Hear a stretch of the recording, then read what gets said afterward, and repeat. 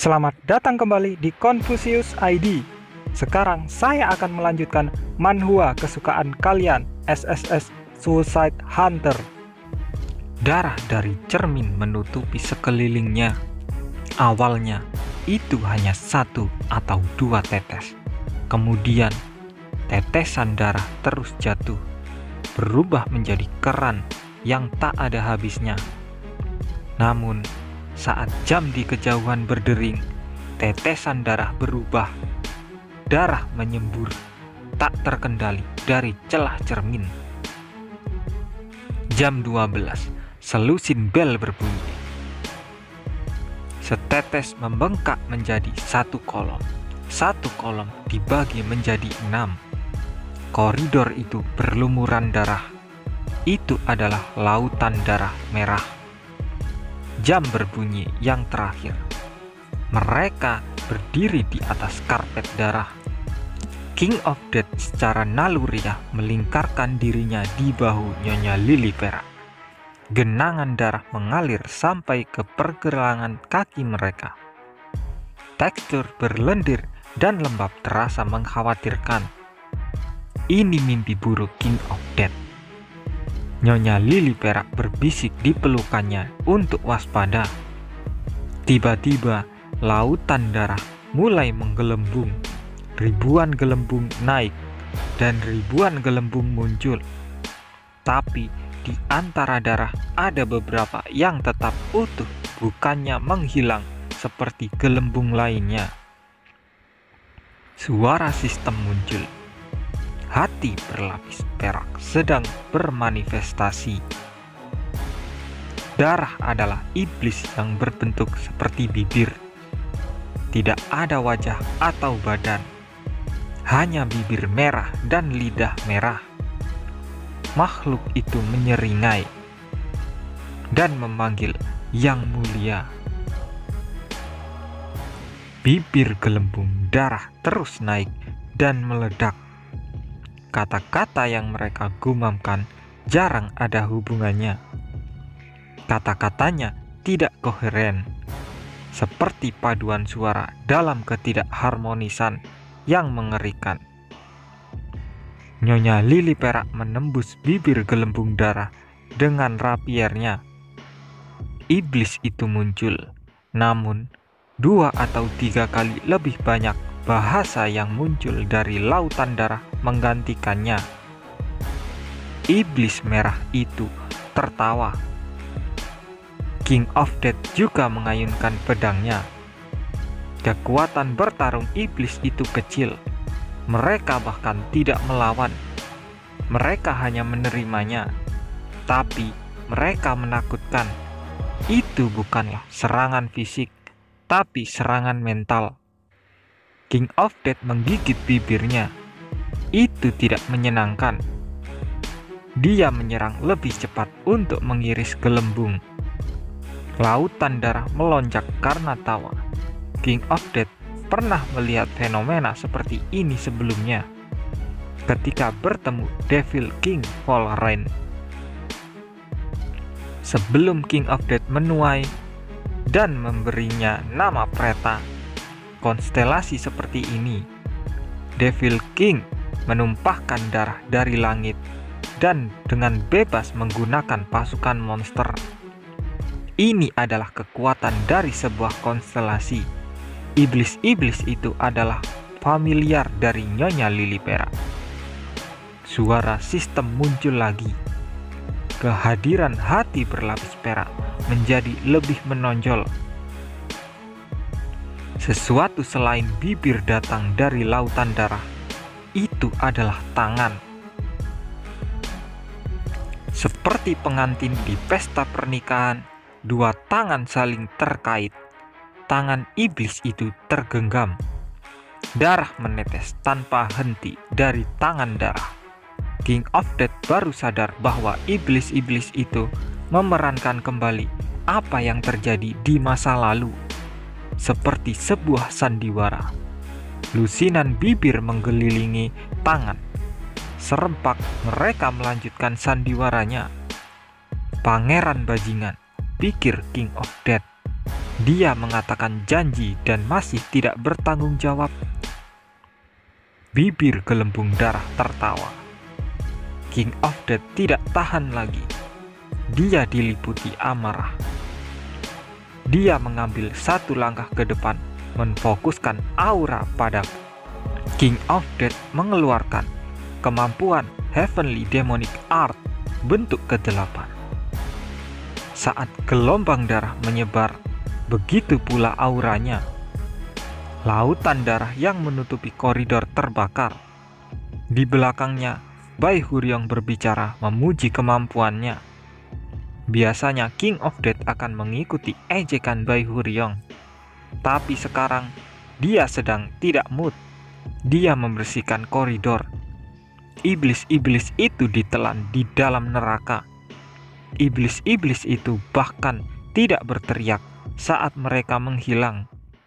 Sebaliknya, cara mereka tertawa sampai akhir membuatnya kesal. King of Death membakar roh-roh jahat itu dengan satu pukulan, tapi dia masih mendidih di dalam. Kemarahan terhadap putra mahkota. Faktanya bahwa orang terhormat seperti Nyonya Lili Perak terluka karena pria seperti itu. Bahwa dia telah membuat keinginan yang tidak dapat diubah. Hal-hal ini membuatnya marah. King of Death menarik nafas untuk meredam suaranya. Tidak peduli betapa marahnya dia, King of Death tidak ingin mengangkat suaranya ke Nyonya Lili Perak. Kenapa mereka tidak melawan? Mereka mengenali mereka sebagai sekutu. Nyonya Lili Perak mengangguk. Dia tahu.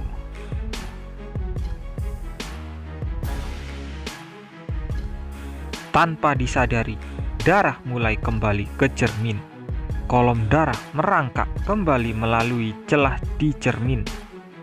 Nyonya Lili Perak menyaksikan dengan tenang saat tetesan darah mengkerut seperti lintah. Laventa Aegim mungkin membunuh konstelasi, tapi ini bukan waktunya membicarakan itu. King of Death dengan hati-hati mendengarkan kata-kata wanita itu, menceritakan kisah para iblis darah yang semakin hari semakin susah dikendalikan. Dan di hari ke-10, di sana Nyonya Lili Perak berhenti. Dia menggelengkan kepalanya sekali dan mengucapkan ulang. Bai Huryong menggenggam dagunya dan memberi komentar kalau itu jalan yang jahat. Bai Huryong mengangkat bahu dan bergumam. Walaupun dia tidak mau jadi konstelasi, dia akan tetap menjadi konstelasi. Bai Huryong menjelaskan lebih dalam dengan King of Death. King of Death menghembuskan nafas. Kemarahannya terhadap pangeran membara di hatinya. Kemarahan itu meninggalkan rasa pahit di mulutnya. Nyonya Lili Perak menatap King of dan Nyonya Lili Perak menjelaskan tentang perkataan para familiarnya. Nyonya Lili Perak memiringkan kepalanya. Kekecewaan, frustasi, perasaan ingin menerima sebanyak yang diberikan. Ini hasilnya. Noda minyak di hati, lambang kutukan, dan menjelaskan kejelekan cintanya untuk membangunkan King of Death dari fantasi. Tanpa sepengetahuan King of Death, nafas keluar dari bibirnya. Itu bukan desahan. Itu adalah nafas yang hampir tidak mengandung amarah, dan mengatakan dia tidak kecewa sama sekali. Nyonya Lili Perak berhenti sebentar. Cinta, itu karena kata ini. Wajah King of Death menjadi panas ketika dia mengatakannya dengan keras.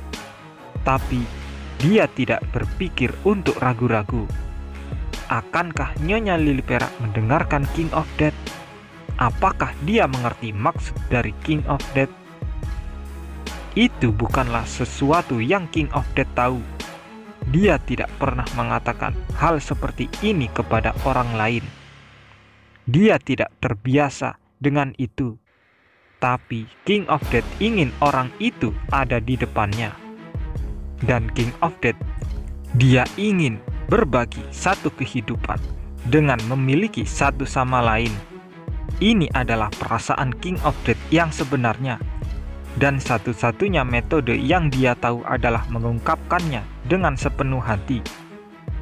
King of Death berbisik di telinganya Nyonya Lily Perak kalau mereka adalah regresor satu-satunya di dunia ini.